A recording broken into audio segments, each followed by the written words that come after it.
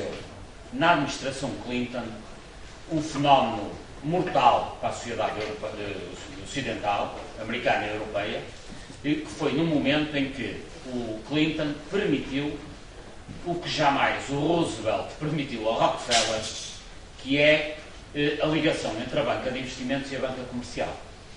E o que acontece hoje em Portugal, em Espanha, em França, nos Estados Unidos, é o seguinte, e tem acontecido nos últimos 20 anos, 15 anos. Os bancos comerciais, onde nós temos o nosso dinheiro, os nossos salários das empresas, pegam no dinheiro que nós deixávamos lá, dos nossos salários, e vão fazer jogo de casino, com produtos. Futuros e opções, já ouviram falar, swaps, enfim, produtos dessa toxicidade, que naturalmente não posso aqui abordar, há cadeiras nas faculdades só para falar disto. Bom, o que acontece é que isto são produtos de alta rentabilidade e alto risco. De alta rentabilidade e alto risco. Quando a rentabilidade é alta, o que é que acontece?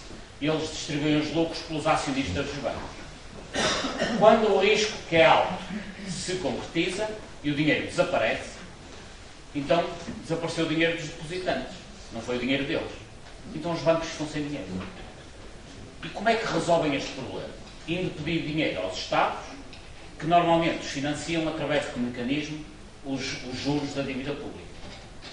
Os juros da dívida pública soberana, portuguesa, espanhola, belga, etc., servem para financiar os bancos, para os bancos taparem prejuízos das grandes jogadas especulativas que fizeram para favorecer os seus acionistas. Então o que é que acontece? E não vou falar de bancos portugueses, porque isso obrigaria a outros cuidados que, enfim, não são compatíveis com tão pouco tempo. Quando os bancos portugueses, e falamos de Portugal, ganharam muito dinheiro nessas operações especulativas, com dinheiro dos depositantes, distribuíram lucros pelos acionistas. A partir do momento que começaram a perder dinheiro, foram pedir dinheiro ao governo português, ao Fundo de Resgate Europeu e assim sucessivamente.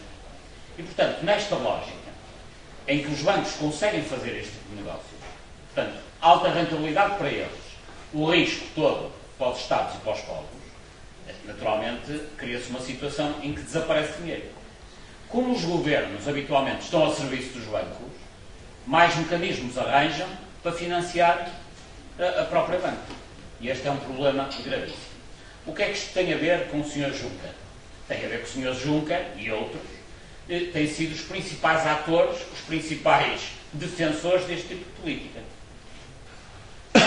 Esta era a primeira questão que eu gostava de deixar, que é talvez a questão que mais me angustia hoje, em termos de relações internacionais, é o facto de não ver este problema devidamente tratado. Há países que estão a tratar isto bem. A Dinamarca, a Noruega, a Suécia e poucos mais. Como? Separando a banca de investimentos da banca comercial. E como é que isto se faz? É simples. Isto basta uma tarde no Parlamento Português em que se decida que a banca de investimentos é uma coisa e a banca comercial é outra. Aliás, não é por acaso que o Banco Privado Português, que foi uma grande fraude portuguesa, apesar de ser uma grande fraude, custou 11 vezes menos que o BPN, que foi outra grande fraude. Porquê? Porque o Banco Privado era um banco de investimento que não se metia na banca comercial. E, portanto, isto é um mal e um muito mal. Quer dizer, não há nada de bom para dizer. Mas, apesar de tudo, foi um mal muito, muito menor do que o outro, justamente por esta junção. O professor não me falou dessa questão, mas esta é uma questão central, porque o Juncker e outros, como o próprio Tony Blair, em determinado momento, o próprio Durão Barroso, foram os protagonistas internacionais deste tipo de políticas. Mas não só eles. Mas estes, enfim, são a face política mais visível. Outra questão que eu gostava de abordar, uma vez que não tenho 6 horas para falar sobre o assunto, mas que não posso deixar de falar, que é a questão dos offshores e do dinheiro escondido. E que é uma confusão que está contaminada a opinião pública com o seguinte. Na União Europeia há, como sabemos, livre circulação de pessoas, produtos, portanto bens, serviços e capitais. Enfim, isto era uma outra discussão, mas existe. Portanto, vamos dar esta discussão por bem adquirida. E se existe livre circulação de capitais, é natural que se eu ganho 20 ou 30 mil euros, e quero depositá-los num regime fiscal mais favorável, que o faça. Pego o dinheiro, vou à França, deposito, tudo bem. Até aqui eu concordo a 100%. O problema é que com este argumento, que é legítimo, faz-se muita mais coisa que é completamente ilegítimo. Que é a criação de offshores, como é o caso do Luxemburgo, como é o caso de um conjunto de offshores nas Ilhas Caimã, etc., na Madeira também, em que as pessoas colocam o dinheiro em regimes fiscais favoráveis, o que faz sentido, colocam empresas sediadas em regimes fiscais mais favoráveis, o que já não faz sentido nenhum, porque se uma empresa tem atividade em Portugal tem que ter a sua sede. Depois que os donos vão pôr o dinheiro noutro sítio, isso é legítimo. O que não é, vamos lá ver, é legítimo que o dono do Pingo Doce ponha o dinheiro dele onde quiser na Europa porque há livre circulação de capitais. Já não é legítimo que ele possa pôr a sede do Pingo Doce na Holanda. É claro que eu não aponto as armas, o dedo a ele, aponto o dedo a quem faz o sistema. Vamos lá ver. Depois as empresas funcionam em função do sistema que têm. Mas eu gostava de deixar isto claro, que é, temos aqui 3 níveis. Eu ganhei dinheiro, quero pô-lo em Espanha, França ou no Luxemburgo, devo ter esse direito. Eu tenho uma empresa a atuar em Portugal, posso pôr a sede fora? Nem pensar. E isso hoje é possível.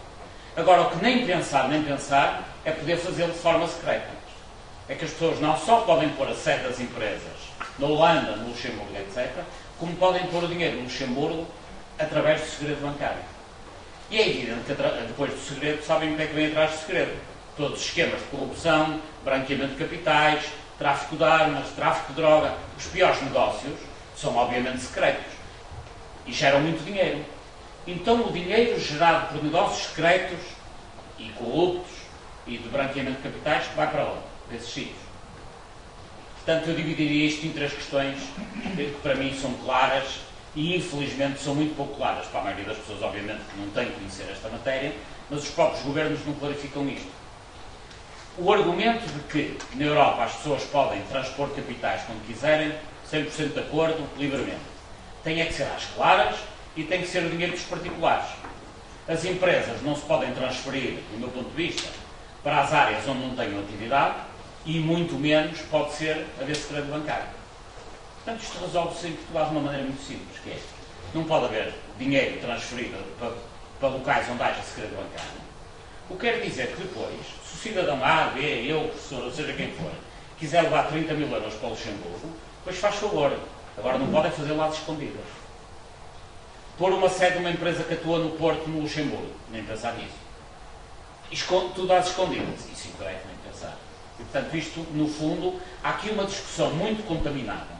E, aliás, a pessoa já ouviu, de certeza, centenas de vezes e muitos já ouviram também, que é, quando se fala do problema do segredo bancário do Luxemburgo e na Suíça, as pessoas vêm dizer, mas depois as pessoas não têm direito a pôr o dinheiro onde querem. Claro que têm, mas é às claras, pagando os impostos e de forma a que toda a gente saiba. O que não podem fazer é ir lá colocar as sedes de empresas que ganham dinheiro aqui. Porque se ganham dinheiro aqui, têm que pagar impostos aqui. Se Portugal, ou outro país qualquer, não é bom para pagar impostos, também não é bom para fazer negócio. Isso para mim é claríssimo. Quer Portugal, e quer Timor, apesar de ser um país pequeno, bem mais pequeno, Portugal é um país médio, de média dimensão na Europa, mas são países ricos em diversos aspectos. Naturalmente, Timor é rico em matérias-primas, nomeadamente petróleo. Portugal é rico em sol e é rico em água, que é hoje uma riqueza quase tão importante como o petróleo. Portanto, nós temos riquezas que temos que aproveitar. Agora, quando temos riquezas claras e as coisas não funcionam bem, é porque alguém está a ficar com a nossa riqueza. E justamente ao falar do professor Agostinho da Silva, lembrei-me de um antecessor do professor Agostinho da Silva, que interpretava bem a lusofonia, que não se chamava assim, que era justamente o padre António Vieira, que no seu sermão aos peixes dizia uma coisa muito simples. E vou tentar citar de cor, não é fácil, muito menos à forma da época, isto era em 1635. E dizia ele, não percebo porque é que vocês peixes se comem uns aos outros. Eu não entendia isso. Portanto, estava a ralhar com os peixes, no Santo António. Não percebo porque é que se comem uns aos outros, não faz sentido. Podem comer outra coisa qualquer, comem-se uns aos outros. Agora, o que eu não entendo mesmo, dizia o Santo António aos peixes, no sermão do Padre Vieira, é porque é que são os grandes a comer os pequenos. Porque se fossem os pequenos a comer os grandes, um grande ainda daria para alimentar muitos pequenos. Agora, quando é um grande a comer os pequenos, não há 100, não há 1000, não há milhões, continuo a citar, que satisfaçam a ganância dos grandes. Portanto, é esta lição do Agostinho da Silva, do professor Agostinho da Silva, que nos dizia que temos o caminho da universalidade. Repristinada pela lição do próprio Padre António Vieira, que nos explica que se é verdade que para alimentar um peixe grande são precisos muitos peixes pequenos, também é verdade que um peixe grande, ou seja, a riqueza geral do país, dá para alimentar muitos peixes pequenos. E, portanto, se nós conseguirmos, cá e em Timor, em Portugal e em Timor, que os peixes pequenos se alimentem do peixe grande, tudo funcionará na maravilha. Muito obrigado pela vossa atenção. Dizendo que, obviamente, que a democracia timorense, que é mais recente que a portuguesa, que por sua vez é mais recente que a inglesa, tem que ter comportamentos diferentes. Ninguém está à espera que num país como Timor a democracia funcione como a Inglaterra, onde tem 500 anos. Isso, quer dizer, mesmo que estivesse à espera, seria uma loucura. Portanto, há o curso natural da história. Nem ninguém está à espera que em Angola, que estava em guerra há muito pouco tempo, haja uma democracia como em Portugal. As coisas são o que são e há um tempo para as fazer. Mas, percebendo isto, percebo também que tem que se puxar pela democracia. E o que é facto é que nós hoje, infelizmente, pelo predomínio que o José Eduardo dos Santos, presidente de Angola, tem na CPLP, estamos a piorar a democracia em muitos países da CPLP. Isto tem a ver com a questão, nomeadamente, da justiça. Um dos aspectos que enfatizei, aliás, cheguei a falar disso publicamente várias vezes, quando a ministra Lúcia Lobato foi condenada, e portanto, enquanto ministra da Justiça, foi sair do governo, despedeu o mandato, etc., etc., e foi julgada mesmo nessa condição, na altura eu dizia muitas vezes isso em sessões em Portugal, que isso em Portugal jamais seria possível. Hoje, infelizmente, já não tenho esse exemplo para dar. E, de facto, um dos ensinamentos que nós tivemos, recentes, há um ano e tal, penso eu, de Timor, foi esse. Uma ministra da Justiça envolvida num caso de corrupção que tinha mais uma vez a ver com o imobiliário e com o seu partido, foi acusada, foi julgada, foi condenada, ainda por cima num período pequeno, de 7 meses, na altura, salvo erro. E, portanto, na altura, isso foi saudado. Hoje não há nada disso para saudar em Timor, infelizmente. E o que tem acontecido, e por isso vou à última questão, que já leva bastante tempo, é que nos últimos tempos, pela via do predomínio de José Eduardo dos Santos na CPLP, nomeadamente ao nível económico, o seu predomínio, nomeadamente em alguma banca portuguesa, que chegou ao ponto de ser o presidente do BANIF, que é um banco português, que se chama Luís Amado, organizar a última cimeira da CPLP. É claro que nada disto aconteceu por acaso. Aconteceu ele organizar a cimeira da CPLP no mesmo momento em que era presidente do banco, onde a Guiné Equatorial meteu dinheiro, foi mais ou menos uma joia para entrar na CPLP. Ou seja, a Guiné Equatorial mete capital no BANIF e o presidente do BANIF arranja a maneira da Guiné Equatorial de entrar na CPLP. Portanto, se há promiscuidade entre negócio e política, é isto. Isto tem um nome, chama-se corrupção. Não tem outro nome. Corrupção no sentido internacional da utilização de poderes delegados no sentido de benefício particular. É quando Xanana Guzmão nomeia o Luís Amado para organizar a cimeira da CPLP, foi para ele tratar dos assuntos da CPLP, não para tratar dos assuntos do BANIF. Isto é que é preocupante. É que a corrupção mina todas estas relações. E então o que acontece é que, com Angola, com São Tomé, com Timor, com a Guiné Equatorial, com as proximidades ao Brasil, hoje, José Eduardo dos Santos conseguiu transformar a CPLP numa OPEP cujo presidente, no fundo, de facto é ele.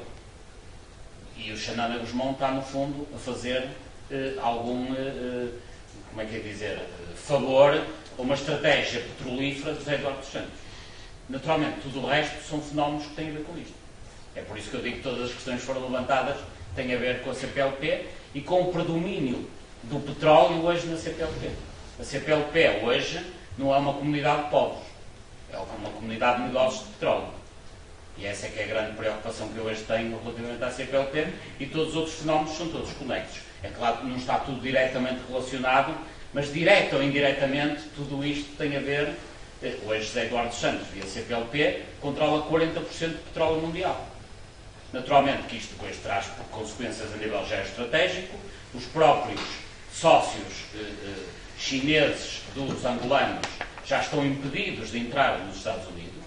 Naturalmente os Estados Unidos também não veem com bons olhos este peso de Eduardo Santos no mercado petrolífero. Mas enfim, isto é uma discussão que não é para hoje, será muito interessante, mas fica para outro dia.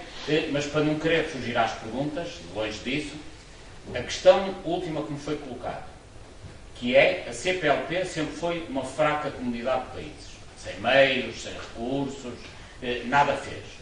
A primeira vez que começa a ter recursos, não é para juntar os povos, é para juntar o mercado petrolífero. Portanto, isto é altamente preocupante para mim.